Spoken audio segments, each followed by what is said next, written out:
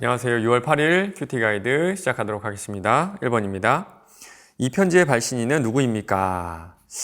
1절입니다. 바울과 실로아노와 디모데는 하나님 아버지와 주 예수 그리스도 안에 있는 데살로니가의 교회에 편지하노니.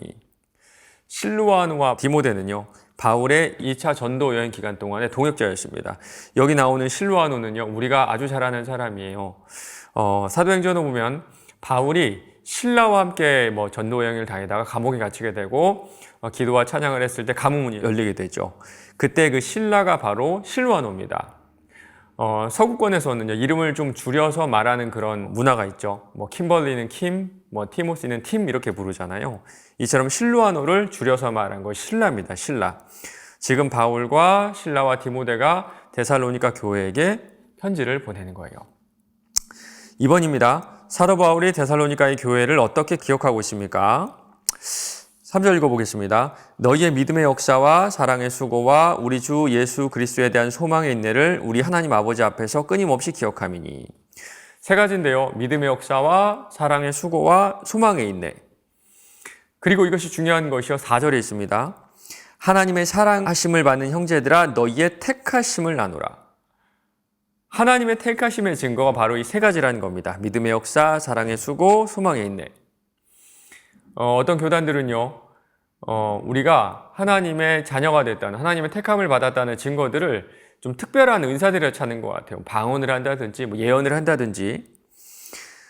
그러나 그렇게 주장할 수 있는 성경적 근거는 하나도 없습니다. 도리어 하나님께서 택하셨다는 증거를요, 바울은 이렇게 말하네요. 믿음의 역사, 사랑의 수고, 소망의 인내. 믿음의 역사는요, 믿음으로 행하는 모든 일들을 말하고요. 사랑의 수고는요, 지금 여러분께서 교회 그리고 성도들에게 보여주신 헌신과 수고를 말하고, 소망과 인내는 우리가 천국과 부활을 꿈꾸며 지금의 고난을 참아내는 모든 것들을 말하는 겁니다. 여러분에겐 이 세 가지가 있나요? 만약에 있다면 여러분 또한 택하심을 받은 사람이라는 것을 잊지 마시기 바랍니다. 3번 문제입니다. 데살로니가의 교회 성도들이 행한 복음의 간증은 무엇입니까? 9절에 10절이 이렇게 나오는데 읽어보겠습니다.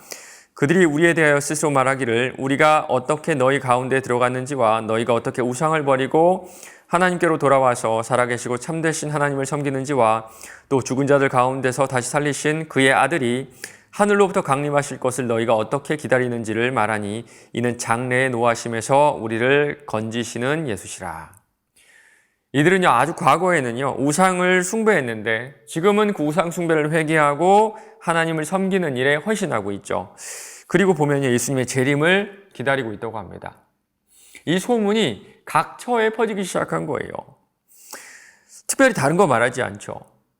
예수 믿어가지고 인생이 형통하다, 잘 됐다, 문제가 해결되었다, 내가 원하는 것들이 소원이 성취되었다, 그런 얘기를 하지 않습니다. 그런 간증하지 않아요.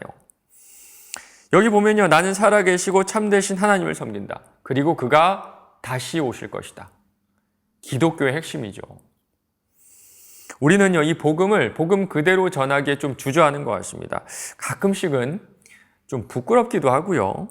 그리고 과연 이 말씀을 전했을 때 과연 이 말씀이 다른 사람들에게 들릴까? 그 사람들이 좀 받아들일까 하는 의구심도 있어요. 그러나 그럼에도 불구하고 우리가 전해야 되고 또 우리가 알려야 될 것은요, 우리가 지금 믿고 신뢰하고 있는 이 복음의 핵심입니다. 이 복음의 핵심에 말씀의 능력이, 전도의 능력이 달려 있어요. 4번입니다. 연구와 묵상 질문인데요. 데살로니가 교회 성도들의 성숙한 신앙과 본받을 점에 대해 묵상해 봅시다. 이런 질문인데요. 사실 그 당시 데살로니가는요, 한 인구 10만 명이 넘는 아주 큰 도시였어요. 경제적으로도 또 학문적으로도 번성한 아주 유명한 도시였다는 겁니다. 또한 상당한 규모의 유대인들이 있어서 자신들만의 유대교를 형성하면서 살고 있었어요. 이런 환경 가운데 소수의 크리스천들이 자신들의 믿음을 지키며 사는 것이 쉽지가 않았을 겁니다. 뒤에 보면요, 또 박해가 좀 지속적이었다는 것을 우리가 알 수 있어요. 그럼에도 불구하고 이들은 믿음을 잃지 않았던 겁니다. 8절입니다.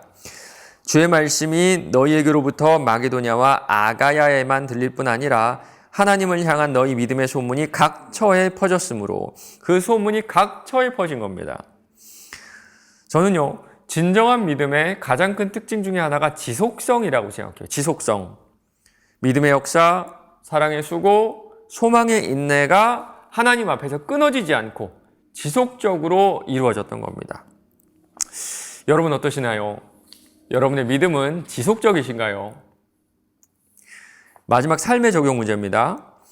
나는 전도를 함에 있어 복음의 진리에 대한 확신 외에 다른 것을 첨가하지는 않습니까? 재물의 소유 기준이나 학력 성취도, 외모와 유명세, 직위 등이 전도의 언어를 전함에 있어 필수적 요소를 가리고 있지는 않은지 생각해 봅시다.